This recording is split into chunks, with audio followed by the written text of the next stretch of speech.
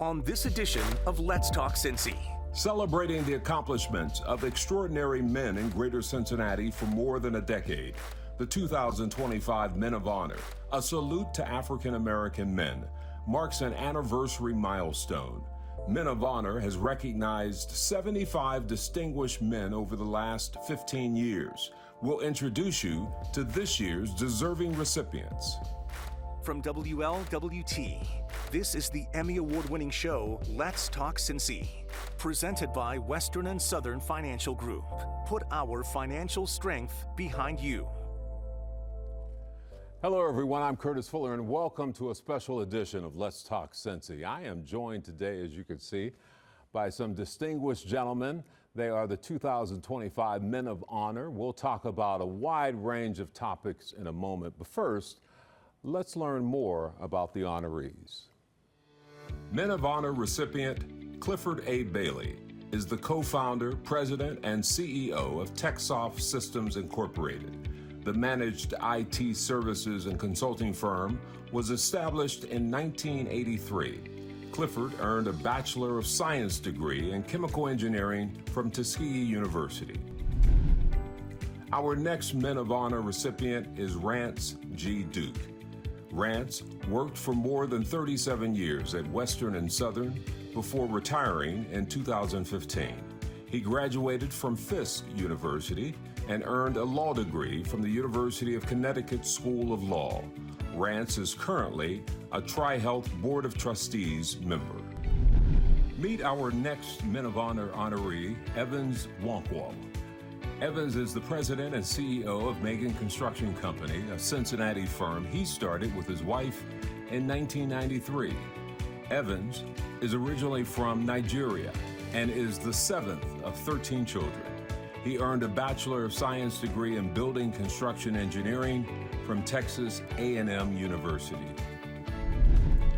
Dr. H. James Williams is our next Men of Honor recipient. He became the seventh president of Mount St. Joseph University in March 2016. Dr. Williams earned his PhD at the University of Georgia and a law degree at Georgetown University Law Center. And our final Men of Honor recipient is Baron Witherspoon Sr. He had a successful 35-year career at P&G and wrote a top-selling book. He is a cum laude graduate of Tuskegee University. Very impressive, gentlemen. First of all, congratulations on being named a Men of Honor. I want to start by talking about your thoughts about success. How do you define success? Anyone want to jump in? Go ahead. I would say that success is generally taking advantage of opportunities that are presented to you and then doing the best with it that you can and impacting not only your company that you're working for, but also communities that you get involved in, different organizations, nonprofits. And that's how you give back, because I had, working for Western Southern for 37 years, I had a lot of success there financially, and I was able to, at some point, give back to the community that became my home, because I'm originally from New York City, Upper West Side of Manhattan, and this is now my home. And the term give back is really key in how you define success. All of you have given back, and we see others who give back. A lot of times it's not always a title, is what you're doing, huh? Yeah, I think success is actually achieving something for the greater good, for individuals or for the community, but it's giving of oneself and being able to make a difference. Yeah. I would venture to say that success is about establishing a goal and achieving it. And while you're achieving it, how you have an impact on others around it. Because if your goal is all about you, it's not going to be as fulfilling as it would be as when you fulfill that goal, you're actually touching other people's lives and, more importantly, enhancing the quality of their lives. Perfect. And I would think, when I think of you guys starting your businesses and writing a book and more, it is about other people. Yeah. Absolutely. I remember years ago I was in Nigeria on one of our NGO nonprofit organization missions, and I was talking to a group of youngsters, and they asked me the same question. And what I shared with them was that success is actually making today's sacrifice for a better tomorrow, because you have to work hard to prepare for that tomorrow. And it takes grit, it takes commitment, and it takes working hard to get there. And you can define it so many different ways. And sitting down writing a book, we all say that we're going to write a book. But when you actually do it, Yes. that's a check mark, huh? It is. Well, I think everyone that has a book inside them should get it out. It's really a cathartic process. I've written 2 books, and both of them have done well, but the one that is most recent is called The Black Exec and the 7 Myths. And this book is a bestseller because it's really speaking, I think, into the need that exists with our younger generations, especially people who are finishing their academic career or starting their professional career. So the book really hones in on that time frame and gives them a lot of practical advice. That's good. We were talking earlier about how some might see attention as success, and it's so much more than that. It's a lot of hard work, which you all have done, and that's why you are being honored. I want to take a break now because this Men of Honor, you've been hearing about it for so many years. Of course, if you want to attend the 2025 Men of Honor Gala, all you have to do is scan the QR code for information. We'll show you the information again before the end of the show. More of our conversation with the Men of Honor recipients when we return.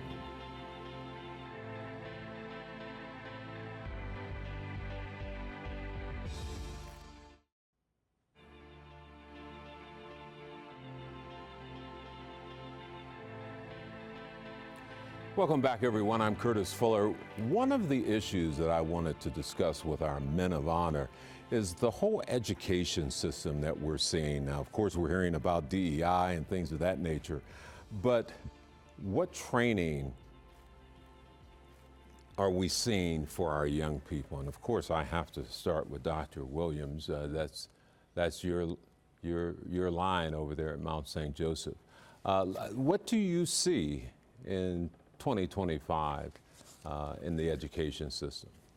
Well, we have a tremendous job ahead of us. There's no doubt about that. Unfortunately, a lot of young folks were affected negatively by the pandemic. And so we're having to overcome some of that, and we're preparing ourselves to do that. You know, one of our challenges at the Mount in particular is that we have concluded that we as a university need to make sure that we are student ready. You know, folks talk about, well, you know, kids aren't college ready. Well, we believe we need to be student ready and meet those students wherever they are. And then we can move them to success as they define it. And that's important to us. But there's a lot of work to do, but I believe that the group that's coming through now, these students, they're really personable, even though they were affected negatively by the pandemic. I mean, it's amazing how they speak up and they're engaged, especially this year's class, we believe is as engaged as any class we've had in a long while. Because I know all of you have talked to students, encouraged students. What are you seeing that they really want from the education system? Because they're ready to go. They're ready to get out there. And unfortunately, sometimes they get out there and it's a longer wait. What are you? I would say that, you know, students, in a broad sense, they want what we've always wanted, which is they want to be prepared to be successful in their field of endeavor. And they articulate that in lots of different ways. But at the end of the day, they're holding the institutions accountable for giving them the right kind of preparation. One of the privileges I have is to serve on the board at Tuskegee University, and Tuskegee and Cincinnati are very much connected because we do a lot of work with Procter & Gamble, both from the university and from the city. And one of the things that we're focused on at Tuskegee is implanting in our students' minds this notion of solving the world's most complex problems. And it's a real rallying cry because if you're focused on solving the most complex problems, then the environmental shifts that are happening, they have less effect on you because you're looking for the real problem that exists today to solve. And I think that's a mindset that we're trying to create with our young people, and it's resonating with them, very well. So I'm encouraged, actually, by what I see in the young students today. What about you? I think the challenge that students are having is how we present education to them. Students were born with technology. We were not. And so you have teachers that are educating based upon how they were taught. However, students are expecting to use technology in a way that is fulfilling to them. We also have to understand that also technology is a distraction to them as well. That they spend more time on their iPhones and iPads than they do on a lesson. They know that machine backwards, forwards, and sideways. So how do we make education enjoyable? Because you could ask each and every one of us about school, and we'll tell you something that we loved about school, right? Many times these children are not enjoying school the way we enjoyed it because it's not presented to them in a way for them to really absorb it and run for it and can't wait to get there, right? So we have to look at educating them from where they are, not where we are. And it will make a tremendous difference. And the second thing is we have to understand it's a mindset also. When our kids are born, we should be drilling in them about excellence, about how education gives you options and how you become so good at learning that you can select whatever career you want to go in. Regardless of what you majored in, you can change your mind and go do something else. Hold that thought. I want to come back to this point because it's a good one. It's a very good one. But another good thing I have to do is take commercial breaks. We'll be back in a moment. Yeah, that's a very good point about options.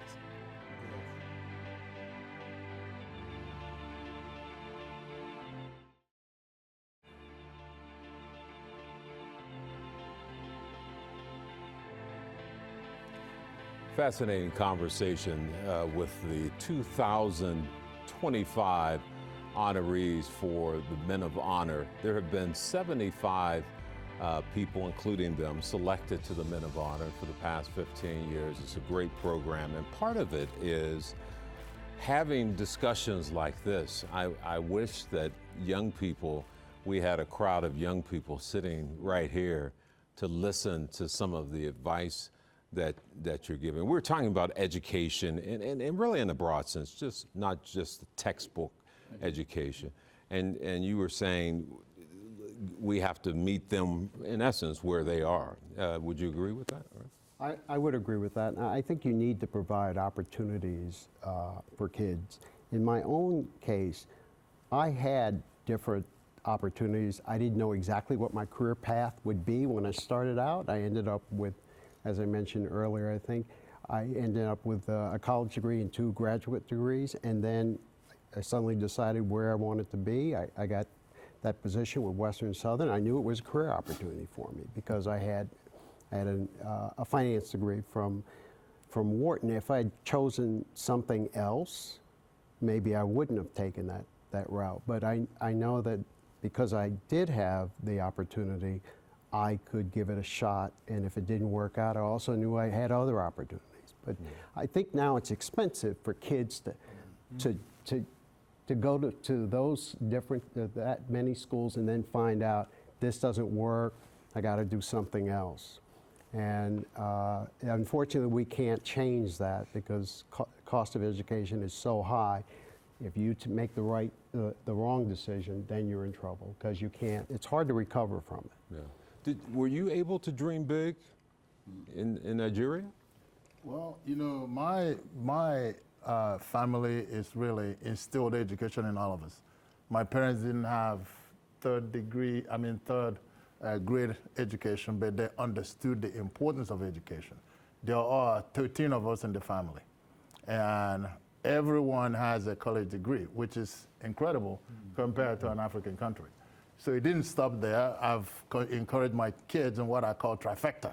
You got to get 3 degrees and daddy is willing to pay for them. And all three of my kids are well on the way of getting those 3 degrees. Either it's a PhD in one thing or 3 different degrees. But that's because I can afford to do it. But there are other people that may not be in the same position to afford it. That's why we have to make education affordable.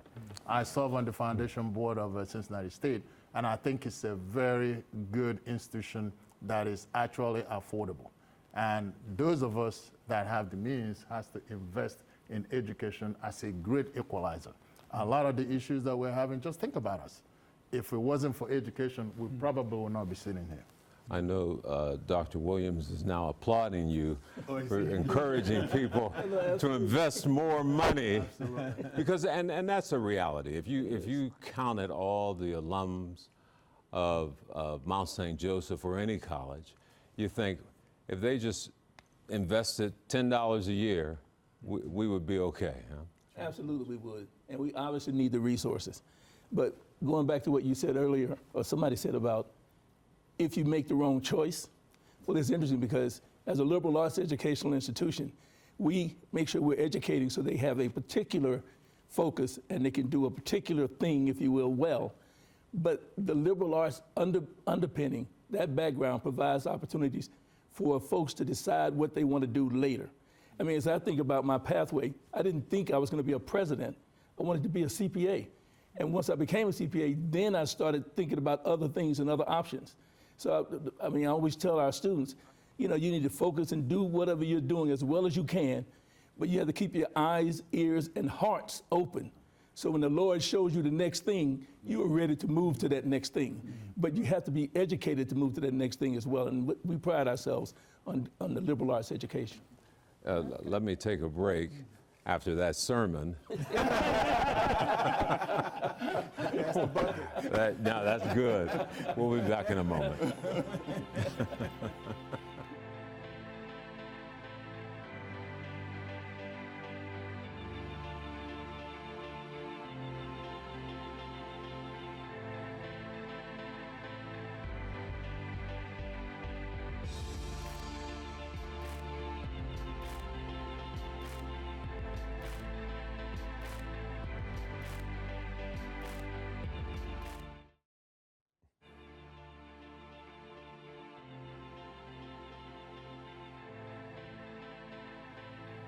Welcome back, everyone. We're having a fascinating conversation with the 2025 Men of Honor honorees. And, you know, we live in a great city here in Cincinnati, and I guess your perspective, I want to get your perspective about how we can make this city better.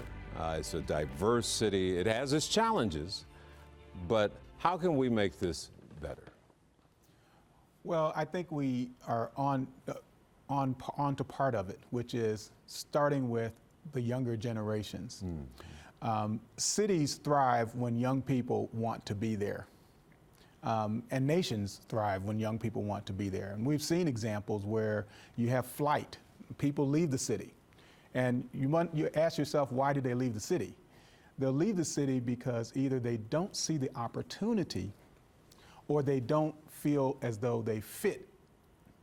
So we have to invest in making sure that our young people are seeing this as a place where they want to spend their lives. And you work up from there. The tendency, I think, in city planning is to work from the top down. Yeah. And to figure out where the elite people want, what kind of city they want, and the older people, what kind of city they want, and then, you know, everyone else will get the whatever's left. Yeah. I think we should flip that on its head. Figure out where young people want to be, make it a city for them, where they can thrive, where they can realize their dreams, and where they can see themselves contributing as, you know, productive members of the city and the society. I like that. Why don't we just go around, because that's an interesting point. Yeah, I agree. I mean, we talk about diversity, equity, and inclusion, but we really are talking about belonging and having folks understand that, yes, I'm here and I belong here. I want to stay here because I can see that I fit. And that's what I think we need to make sure we're focusing on that as well. I think we have a great city already. We have good art in the community. We have sporting teams, FC Cincinnati, the Reds, And I think we have a football team. Cincinnati. Okay, thank you. Point that out. Okay, thank you. So what I think would be just a great addition is actually recognizing the diversity of the culture that we have within this city. Because I think when that happens, like you said, it gives people opportunity to feel as though they belong. Yes. And we have just a great opportunity to create that cultural diversity and recognitions in this Cincinnati community that we live in. Yeah. Brent? Well, I think we're a small enough city that we can make a big impact now, because people in Cincinnati, a lot of people know one another, and they're committed to the city, the organizations, the arts, the nonprofit organizations. And as long as we have that growth there, you're going to bring young people in. They want an opportunity to have a productive life, to raise a family, but it's got to be there economically for them, and to be there in such a way that they feel comfortable and that they're welcomed, and it's opportunity for everyone. It doesn't matter who you are. And so I think I think we're in a good position because we're small enough that we can make an impact. Larger cities, too large, that's not going to work. Yeah. Your thoughts? It is clear to me that first you must acknowledge who and what you are. And by doing so, there may be some painstaking places that you end up. So let me just remind you, once upon a time, at 5 o'clock, downtown Cincinnati was a desert. It just, no one could be found. However, when I was placed on the Port Authority's board, we were given instructions to develop the riverfront. Look at it now. Oh. Downtown is thriving as a result of that development. But it goes back to inclusion, right? Because we did town hall meetings all over the city, out in the suburbs, and asking people of all ages, what did they want? Yeah. Now, is it everything that we wanted? No, but it's a heck of a lot better than what it was, right? I could talk to you forever, but I want to remind people that we want to thank our 2025 Men of Honor honorees, and thank you for joining us. And we'll see you next time for another edition of Let's Talk Cincy.